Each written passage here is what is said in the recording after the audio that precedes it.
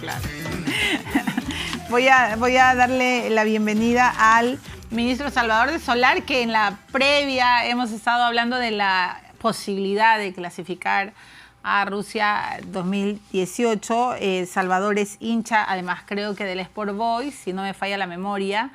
Bueno, su equipo, ministro, está más o menos, ¿no?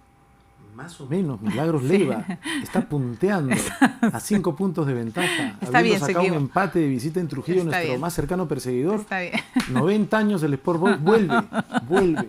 Está volviendo porque se había ido a la baja. Así es. Sí, así pero es. bueno, ¿usted cree que vamos a lograr lo que todos los peruanos queremos, la clasificatoria? Creo que como todos los peruanos, tengo la convicción de que vamos al Mundial. Y tengo la convicción porque este equipo, este entrenador, me ha dado la convicción. Nos la ha dado a todos. Sí, nos ha devuelto la ilusión. Hemos conseguido resultados que no hubiéramos pensado, que no habíamos conseguido nunca. Nunca habíamos ganado en Paraguay. Nunca habíamos ganado en Ecuador en una eliminatoria tampoco. Y el resultado en la Bombonera los dejó helados también a los argentinos, ¿no? Y sin embargo, creo que lo que nos gusta es que no solo estamos consiguiendo resultados por fin, sino que el proceso, la manera en la que se ha conformado un equipo aguerrido, disciplinado, seguro de sí mismo, otra vez atrevido para jugar ese fútbol que jugamos en las pistas. Es un equipo con el que nos identificamos. Tenemos una gran estrella como Paolo Guerrero. Claro, tremendo. Un deportista que llega en su mejor momento y que es el líder natural de este equipo y que no se comporta como estrella. Y 10 guerreros, no importa cuáles sean, 10 guerreros más. Entra otro chico, entran chicos que no habíamos visto antes, que no jugaban fuera. Exacto. Yo creo que eso es muy emocionante.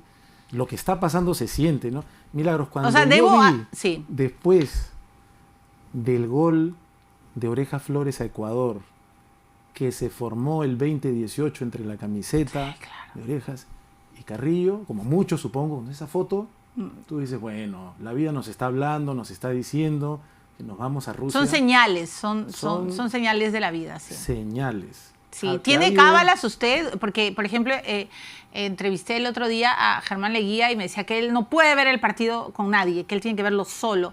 ¿Usted es cabalero? Tengo mis cábalas también. También, en lo posible, o si las circunstancias se prestan, el partido solo. ¿Lo ve solo? Por ejemplo, el partido en la Bombonera, yo estaba trabajando en el ministerio, entonces, qué pequeñas cábalas. La camiseta, en el entretiempo, casaquilla encima de la camiseta, como un jugador más, vuelve el segundo tiempo, otra vez camiseta. Ah, sí. Y luego tengo una estrategia que al menos en la Bombonera probó ser infalible. Ya. Y es que yo puedo llegar como cualquier hincha realmente cabalero a la convicción de que el arco se mantuvo en cero gracias a la realización sostenida de mi cábala frente a la pantalla del televisor. ¿Cuál era su cábala? Es un poco vergonzoso compartirlo, pero creo que como parte de del emprendimiento que todos los peruanos tenemos que tener para volver al Mundial, yo hago algo como... ¿Pero qué pasa? Si uno revela la cábala... No la revele. No la revele. Yo también tengo cábalas, pero es que su cábala funcionó. Alguna mínima posibilidad de ataque relativamente peligroso contra nuestro arco, yo pongo en ejecución el proceso de mi cábala y con un acto de concentración total ayuda a Gales. Mantengo el arco cerrado. Lo mantiene. Entonces hay mucha gente que ha merecidamente elogiado el comportamiento y el desempeño de Gales en el partido de la Bombonera y creo que se lo merece, pero no lo hizo solo. No lo hizo solo. No, lo hizo con millones de peruanos que lo ayudaron. Cerrando ese arco. Así es. Tengo el orgullo de contarlo. Arrodillados, rezando, con los ojos cerrados. No, yo también tengo cábalas que no las voy a revelar porque no hay que revelarlas. No hay que revelarlas. Pero por favor, concéntrese, ministro, con Nueva Zelanda. Concentración absoluta. Todos concentrados. Bueno, solo para cerrar el fútbol, ¿usted cree que Pizarro debe volver a la selección? Yo creo, muy respetuosamente, con alguien que ha tenido años en la selección y que es un jugador que en su época fue quizás el más destacado jugador en el exterior del Perú, que esa es una decisión de este tremendo entrenador que lidera nuestro equipo, que es Ricardo Gareca, que ha demostrado que sus decisiones han ayudado tanto a que estemos donde estamos ahora, tan cerca. Así que, en lugar de manifestarme, renuevo mi respeto por Gareca. Que él decida. Él es quien decide, nadie más. Y él ha decidido, no va. Bueno, aquí cerramos el tema, mejor. Y además hay que dejarlo ahí, hay que... Todos unidos, concentrados. Exactamente, toda energía alrededor de nuestra selección que sea positiva.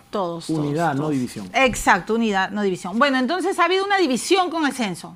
Por favor, quiero invitarlo a ver un video y luego también lo de la religión. Pero a ver, Catalina, veamos, nosotros hemos recopilado muchos testimonios sobre esta pregunta 25, que tiene que ver con la autoidentificación y que todos miran, ¿no es cierto?, al ministro de Cultura para entender por qué se decidió.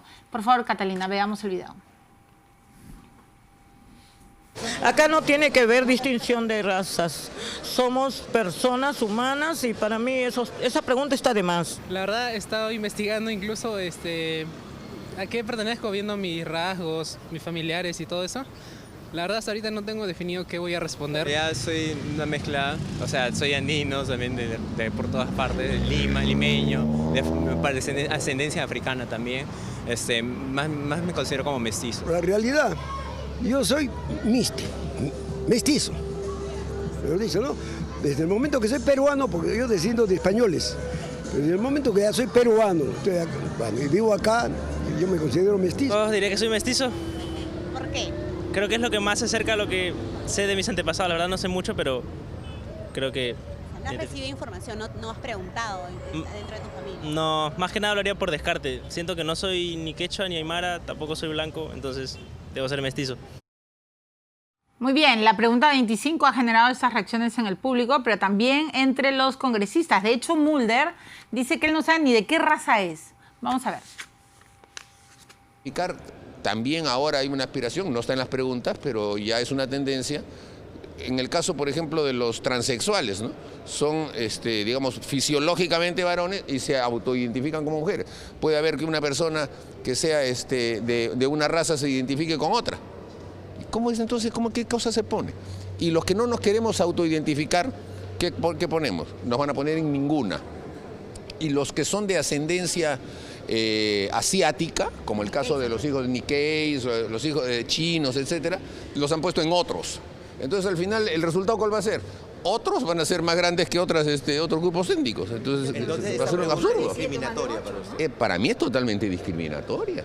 Para mí es una pregunta que debería simplemente, si es que alguien, en todo caso, quisiera, podría hacerlo, pero el estar preguntando cómo se autoidentifica usted es inducirlo a analizarse en función de parámetros que no deben ser los democráticos, que son los de ser un ciudadano, ser una persona, un peruano, pero autocalificarse dentro de un grupo racial me parece que es... responder en esa pregunta?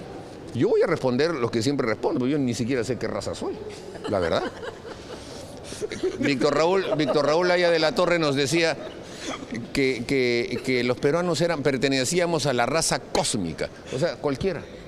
Además, todos nosotros tenemos células en nuestro cuerpo de distintas razas, por Dios, somos peruanos. Esto no es Suecia, el norte de Suecia, donde hay puros lugares purísimos, incluso ni allí.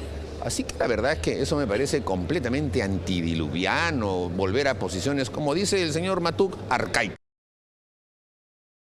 ¿Tiene algún tipo de enfermedad o qué tipo de enfermedad son las que tienen mayor índice en todo el país? Yo creo que ese tipo de preguntas no van de la mano con lo que uno se podría esperar con el censo, pero ya son preguntas dadas y esperamos que el día domingo toda la población colabore con ese censo. Es la pregunta 25. ¿Usted qué responderá en esa pregunta? Yo, bueno, en eso definitivamente yo me considero un cholo peruano orgulloso de mis raíces y sobre todo una persona que cree que lo más importante es que en ese tipo de censos debemos colaborar todos los peruanos que queremos trabajar en beneficio del país. Pero señora Acuña, cholo peruano no es alternativa, o usted va a decir otros. O sea, ministro, ¿por qué hay tanto problema con esta pregunta? ¿Por qué nos cuesta autoidentificarnos? Bueno, evidentemente es un síntoma de que es una pregunta que incomoda, que genera suspicacias o los comentarios que estamos escuchando. Lo positivo, creo yo, de todo esto es que se ha generado una conversación al respecto. Ahora, es importante aprovechar esta oportunidad para tratar de aclarar la situación. Primero, no es una pregunta que tenga que ver con razas. En ninguna parte de la pregunta 25, que ahora me alegra que las personas sepamos de qué hablamos cuando hablamos de la pregunta 25, se habla de razas. Segundo, y es muy importante, esta no es una pregunta, si te fijas, individual, es una pregunta colectiva.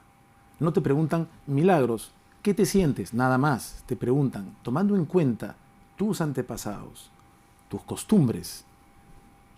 ¿Cómo se siente o se considera? Perteneciente a qué grupo te sientes. Es decir, sí importa lo que sientes, pero en tanto miembro integrante de un colectivo. Entonces, étnicamente, no racialmente, sino por una sensación de pertenencia cultural, tú te consideras quechua, aymara, como lo explicó muy bien Daniela López el otro día aquí en tu programa, ella del Ministerio de Cultura. No importa que no hables quechua, tú puedes decir, yo me considero quechua. Mis padres, mis abuelos, mis bisabuelos, los bailes que hacemos, las costumbres que tenemos, considero que somos quechuas. O somos aymaras, y entre quechuas y aymaras, la festividad de la Virgen de la Candelaria es algo que traemos en la sangre y que nos hace latir el corazón, aunque vivamos en Lima. Somos quechuas, somos aymaras, o somos nativos amazónicos. Entonces, el componente cultural, el componente colectivo es fundamental. ¿Usted cómo se considera? Antes te quisiera nada más completar que esto no es una pregunta caprichosa. ¿No es discriminatoria? ¿Cuál es el propósito de la pregunta? Y por eso es que es importante esta naturaleza colectiva de la pregunta. Identificar como Estado peruano, teniendo conciencia de que somos un pueblo rico, diverso, pero también desigual, qué colectividades pueden estar teniendo una experiencia de vida inferior a la de los demás o inferior al promedio. Entonces, si tú dijeras, por ejemplo, que un pueblo ayánica tiene una brecha, es decir, una distancia que lo separa del promedio en cuanto a acceso a la salud o a la seguridad o a la educación. O a la vivienda, por ejemplo. A la vivienda o a los servicios básicos o al saneamiento. Entonces, como Estado, tienes que responder de otra manera, tienes que tratar de nivelar. Entonces, o sea, yo creo que esto pone de relieve a las minorías. De hecho, hay estudios de que, por ejemplo, el grupo de los afrodescendientes en el Perú, solo el 2% ha podido acceder a la educación superior. Ese es un dato relevante en términos de educación. Y además, aunque la pregunta de autoidentificación viene siendo realizada desde el año 2000 en las encuestas nacionales de hogares, esto es una muestra, no es la totalidad como el censo, antes solo se hacía la pregunta 11. ¿Qué lengua materna aprendió usted desde niño? Entonces tú podías decir quechua, ayánica, aymara. Entonces, ¿por qué existe la pregunta 25? Tú lo acabas de mencionar.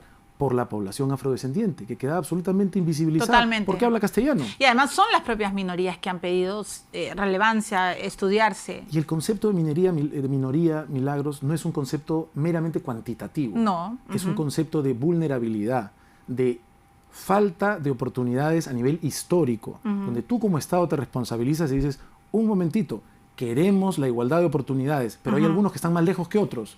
¿Cómo los identificamos? La variable étnica es una variable interesante para identificar esto. Resulta que en nuestro país sí, resulta que los pueblos amazónicos, que en el Ande rural hay una serie de brechas que tenemos que acortar. Ese es el deber del Estado. Esa es la razón por la cual hacemos esta pregunta. ¿Cómo se considera usted? Yo creo que hay algo que es cierto en nuestro país. En nuestro país no hay nadie que no sea mestizo. No lo hay. Ahora, ¿eso quiere decir que todos debemos responder mestizo? No.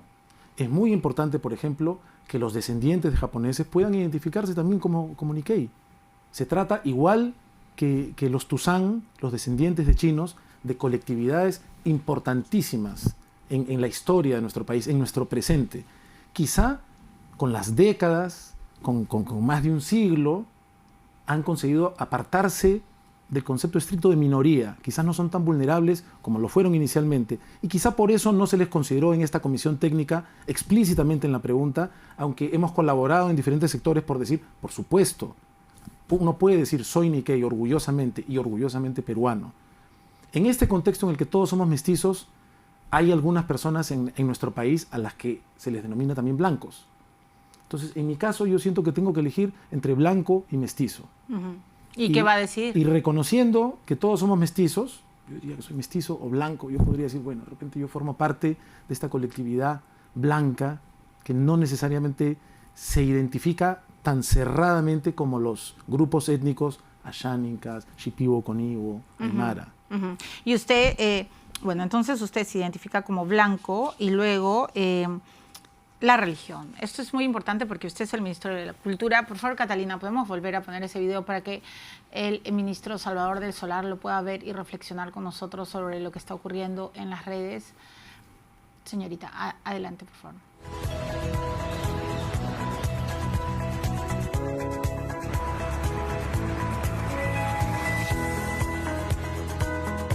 Si no eres practicante de la religión católica, no vas a misa y estás en desacuerdo con muchas de las opiniones del cardenal Juan Luis Cipriani, entonces no eres católico.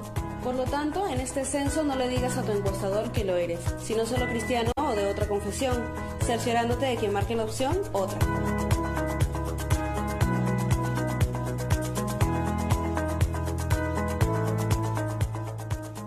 Bueno, en la pregunta 26 le van a preguntar cuál es su religión, católica, evangélica, otra. ¿Qué es esto?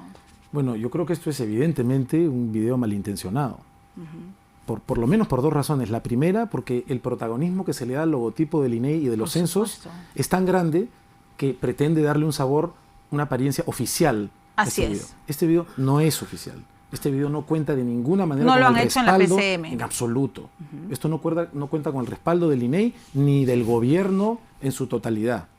La segunda intención, obviamente mala, es que aparentemente se busca disminuir la cantidad, el conteo de católicos, como si se tratara de una competencia por en el censo decir los católicos son menos. Por supuesto. Esa es una de las intenciones casi evidentes y además usando la figura polémica o no polémica, como usted quiera considerarla, de Cipriani, de Monseñor Cipriani. Sí, yo quiero decir, no sé si hay elementos para atribuir la responsabilidad del video, pero creo que hay que ser muy claros en decir el gobierno no tiene nada que ver con esto.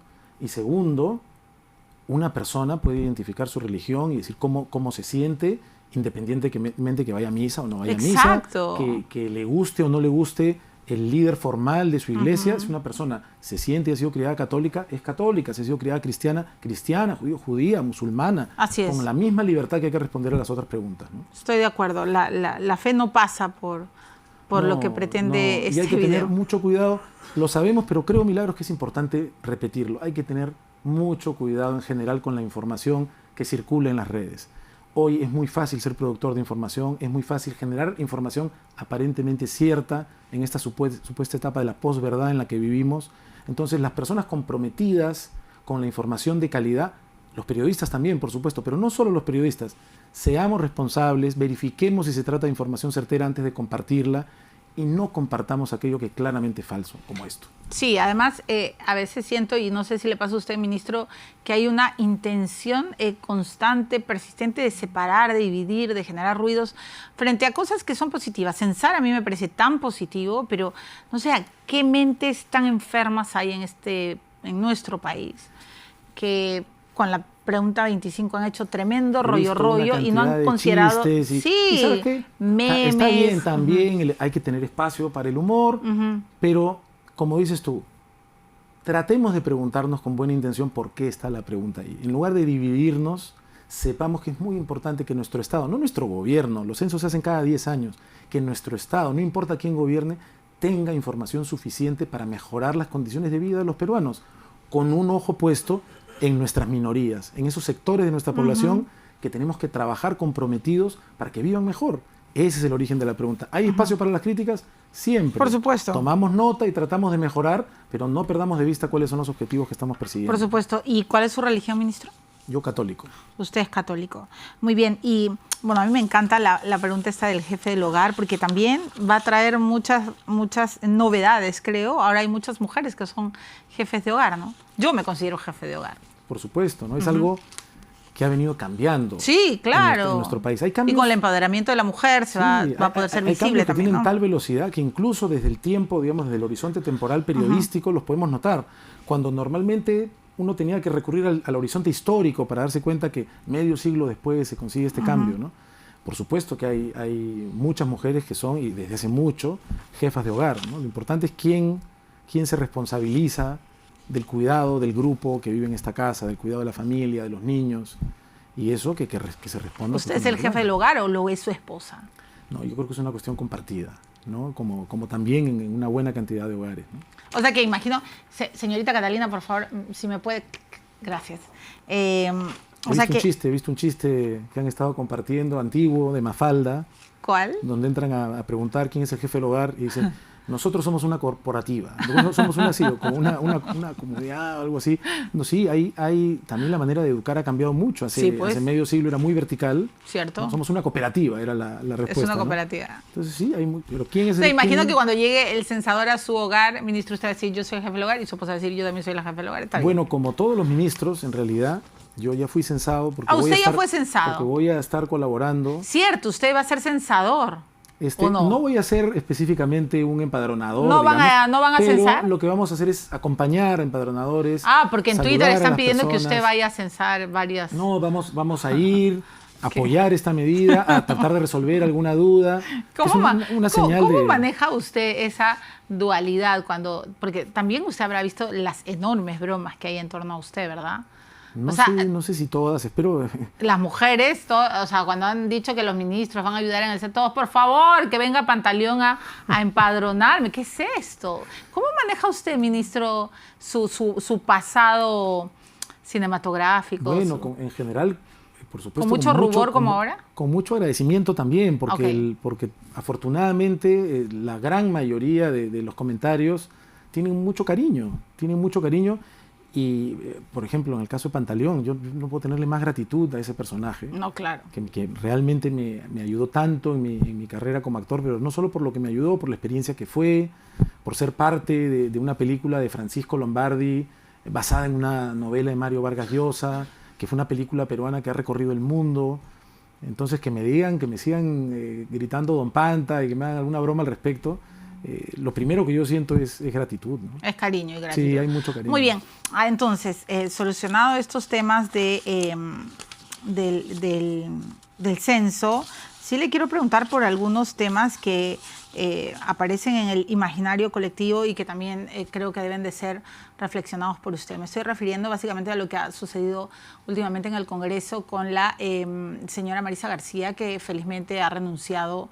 Creo que, como ella dice, sin querer queriendo, dijo lo que supuestamente no quiso decir, pero ha sido la población la que la ha empujado a renunciar y hay un machismo absolutamente instalado que ha estado reflejado en la voz de esta expresidenta de la Comisión de la Mujer. Y le quiero preguntar, ¿usted cree que a veces las mujeres provocamos sin querer queriendo agresiones, señor? No, en absoluto. Lo primero que quiero decir es que hay cosas que afortunadamente van cambiando y que lamentablemente no van cambiando a la velocidad que quisiéramos. Se está generando y se siente una conciencia respecto de la violencia contra las mujeres. Es absolutamente inaceptable que un reciente estudio nos coloque como la 5ª ciudad del mundo más peligrosa para que las mujeres vivan. Y estamos hablando de la primera ciudad más peligrosa en todo el hemisferio occidental. Eso es inaceptable y eso es una vergüenza. Sin embargo, también hay otro fenómeno que creo que marca el tiempo que vivimos, y es el fenómeno del linchamiento inmediato, del juicio severísimo que anula a las personas que pueden tener una creencia que hay que revertir y que hay que eliminar.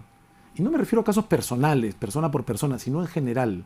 Si resulta que quien era presidenta de la Comisión de la Mujer hace un comentario así de equivocado, yo creo que está muy bien que incluso su propia bancada considere que ella debe renunciar. Pero es bien importante, y por ejemplo, en el caso del Ministerio de Cultura lo vemos respecto de la lucha contra el racismo, que es lo que nos compete a nosotros, crear una cultura que valore la diversidad y que luche contra la discriminación racista, tiene que pasar también por una manera inteligente, amable, de cambiar conciencias, no solamente con agarrar, hacerle un apanado a la persona que comete a veces un comentario machista, un comentario racista, porque resulta que ha crecido en un país que sigue siendo machista y racista. Esto no quiere decir exonerar de la responsabilidad, pero por ejemplo, si nosotros tuviéramos un caso de un episodio racista en una calle, lo que estamos tratando de hacer en el Ministerio de Cultura es tratar de que esa persona que ha cometido un acto racista pueda disculparse y aprender y darse cuenta de su error y decir, ¿saben qué? Yo me voy a convertir ahora y me voy a comprometer con ser una persona que lucha contra esto. A veces cuando le caemos, y nos encanta también en estos tiempos, caemos con todo y anulamos a una persona y la hacemos sentir espantosamente. Tenemos esa tendencia a veces nosotros de que le caiga, y aparte, como si nadie más hubiera sido nunca machista ni racista, que le caiga todo el peso de las redes sociales y de la prensa. Yo digo, seamos también humanos en el sentido de saber que, así como ellos, todos podemos equivocarnos. Y la manera de corregirla mejor, me parece que no es esta figura autoritaria, vertical, salvaje del gran callejón oscuro. No. Ahora, si hay una persona que no quiere tener ningún nivel de comprensión y que insiste, obviamente hay que ser más severos. Creo que tenemos que ir más rápido.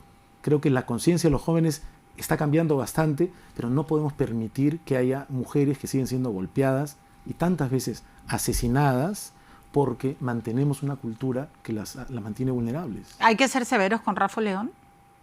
Yo creo que es un caso complejo y muchas veces a mí me critican de, medias tintas.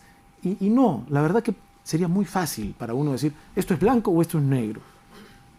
¿Qué es lo que ocurre?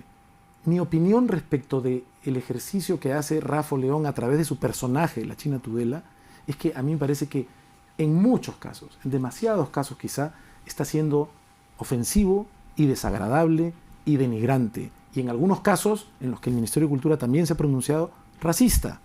Y en este caso... ¿Con Cecilia Chacón lo fue? Con Cecilia Chacón creo que no ha sido racista, porque no hay un componente racial en su comentario, pero creo que ha sido denigrante. Y es un comentario que va contra la mujer. Sin embargo, ¿por qué es complejo el caso? Aunque ¿Contra Keiko Fujimori es racista? Yo creo que en ese caso sí fue un comentario racista, no solamente denigrante.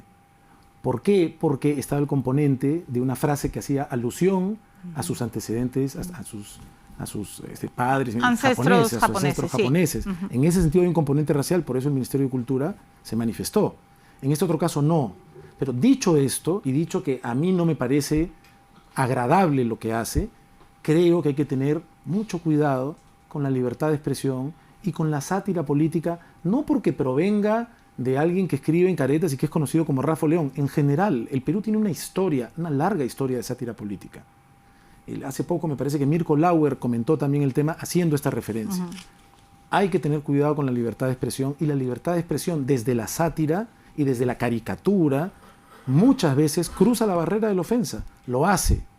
¿Qué podemos hacer al respecto? Me parece decir, esto me parece mal, yo rechazo esto, yo no leo este tipo de columnas, no me gustan. Hay personas que dirán, a mí no me parecen tan graves. Creo que tiene que quedar dentro de los márgenes de la libertad de expresión, y quienes estamos en el sector público y tenemos alguna responsabilidad en esto, manifestar nuestra opinión con el cuidado que no siempre hablamos personalmente, sino a nivel institucional, y decir lo que muchas veces suena como si no tuviera valor, pero creo que sí lo tiene. Hacer un llamado y decir, no cometamos este tipo de excesos. ¿Por qué? Porque aunque sea sátira política, estás ridiculizando a una mujer, sí, claro, estás maltratando a una mujer, y existe una conexión, ¿no? Existe una conexión entre eso y el continuum que termina en la violencia, que termina siendo física, psicológica, y a veces asesinatos. No hay una conexión directísima, pero todo es parte de una cultura y creo que hay que luchar contra ella.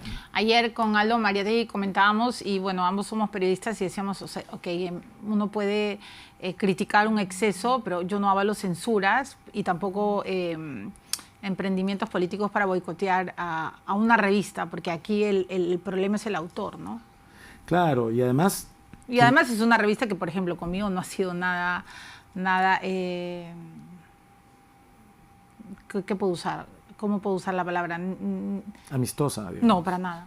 Pero me dejo entender. Pero quienes... yo digo que hay que defender la libertad de expresión. Sí, hasta el final. Y además referirnos casi siempre pensando en abstracto, mirando el caso, pero en abstracto. O sea, no pensando caretas, sea cual fuera la revista, sea cual fuera la víctima, no puede ser que vivamos, que en la capital de nuestro país sea la más peligrosa para una mujer en todo el hemisferio occidental. De acuerdo. Y tenemos que hacer todo lo posible para que eso cambie, incluyendo el nivel de responsabilidad de quienes hacen sátira política. Y tenemos que cerrar filas en eso. Muy bien. Y tenemos que seguir sembrando nuevas conciencias. Muy bien. Ministro, siempre es un placer tenerlo aquí en el programa. Para mí también. Por favor, Bueno, y le siguen preguntando si se va a lanzar a la alcaldía de Lima y usted sigue diciendo que no, ¿verdad? Ya lo dije una vez y lo puedo repetir con toda tranquilidad. Todo el tiempo le preguntan.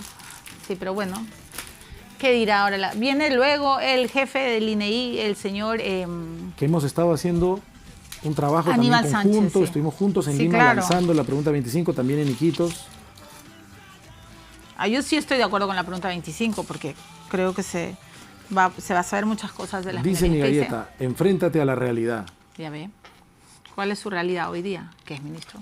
Yo creo que enfrentar la realidad es una manera de entenderlo, pero también me parece interesante con todo lo que hemos conversado. Y con esto, solo con eso termino. ¿Está usted tratando de beneficiar a sus amigos actores? Le han sacado de todo, ¿eh? Con la me parece que es un comentario, es mi opinión, que es absolutamente injusto. Y mezquino, ¿no? Es decir, lo que hace Inglaterra, Francia, México, Colombia, con su industria cinematográfica, sí, claro, en ningún momento es buscar el beneficio de los amigos del cine. Es una política de Estado porque el cine transmite la cultura que somos y hace que nuestro país conozca su identidad variada como la nuestra al interior, que tengamos películas como tenemos este año en aymara, en quechua, sobre nuestros problemas, que nos riamos también de nuestras buenas gracias o que nos incomodemos y que proyectemos nuestra imagen al exterior, porque con una película peruana, Milagros, va comida peruana, música peruana, literatura peruana, diseño, arquitectura, geografía, turismo, por supuesto gastronomía. Es la gran bandera de la cultura contemporánea en los países, es su cine. Entonces tiene que haber un lugar para nuestro cine y en el Ministerio de Cultura hemos trabajado con los gremios, por años además, por varios años, para tener un instrumento que haga que nuestra cultura, a través de nuestra cinematografía y del audiovisual, pueda competir a la altura con la Alianza del Pacífico y otros países de la región, que es lo mínimo que nuestro país se merece. Ok, yo estoy de acuerdo que hay que promocionar y hay que fortalecer la industria cinematográfica, pero, ministro, y perdóname Catalina, dame un segundo más. Le están preguntando en Twitter, ¿qué va a pasar al final con este hotel de Cusco, que hay tanta polémica y que está arrastrada desde hace tanto tiempo? Imagino que estás hablando de la calle Sapi. Sí, claro. Tiene que aplicarse la ley. En este momento existen procesos administrativos sancionadores abiertos y que se resolverán. ¿Pero usted ha recibido a los inversionistas? No. ¿Por qué no? No los he recibido. Además hay un proceso abierto. No han pedido que los reciba tampoco. Este es un proceso que se sigue en el Cusco, donde tenemos que primero aplicar la ley. Eso es lo que hay que hacer, aplicar la ley. ¿Qué cosa necesita el Cusco? Pues es una ciudad única en el mundo. Hay que cuidar el patrimonio, no solo arqueológico, también histórico, arquitectónico del Cusco. ¿Esto es compatible con la inversión hotelera? Por supuesto que sí. ¿Necesita Cusco inversión hotelera? Por supuesto que sí. Esta inversión hay que alentarla y tiene que ser respetuosa en las normas.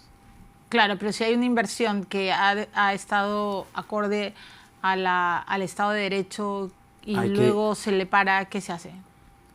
Hay que hacer que el proceso termine de tal forma que conforme a la ley esta inversión pueda rendir sus frutos, es decir, tener un hotel que atienda al público. También puede haber un caso mixto, si ha habido una parte de incumplimiento y otra parte que no, hay que corregir el incumplimiento y ver que Cusco pueda tener más hoteles de nivel y que todos estos hoteles se preocupen por cumplir las normas de la ciudad. En Twitter le están diciendo, imagino que son representantes de este consorcio, no sé, que le han mandado 7 cartas pidiéndole una entrevista y que usted no los acepta. No es cierto. No es cierto. No, al menos no ha llegado a su despacho. A mí no. Okay. Estas cosas además se ven en las instancias que corresponden. Entiendo que ha habido reuniones en el Cusco y también a nivel del viceministerio, pero, por supuesto, yo no tengo ningún inconveniente en escuchar a nadie. Pero cuando hay un proceso abierto, uno puede escuchar, saber, pero hay que esperar que las instancias correspondientes a veces generen impaciencia, pero que se sepa, el Ministerio de Cultura favorece la inversión en nuestras ciudades y al mismo tiempo tenemos el deber y el compromiso de vigilar el cumplimiento de las normas. Esperamos que esto llegue a buen término para el Cusco y para el Perú, como un nuevo hotel que se ajuste a las normas de la ciudad. De acuerdo. Muchas gracias. Gracias, ministro de Solar. Y por favor siga con sus cábalas. Tenemos que ir ganar. Luego, cuando clasifiquemos, yo les voy a contar, bueno, si es que algún día me lo cuenta Salvador de Solar, ¿qué hizo él para que el arco peruano se cerrara? Por lo pronto, usen todas sus creencias personales porque tenemos que clasificar. Me voy a la pausa, regreso con Aníbal Sánchez, el jefe del INEI. ¿Cómo se dice? ¿INEI o INEI? De cualquiera de los dos. Bueno, él me lo dirá. INEI, ya venimos.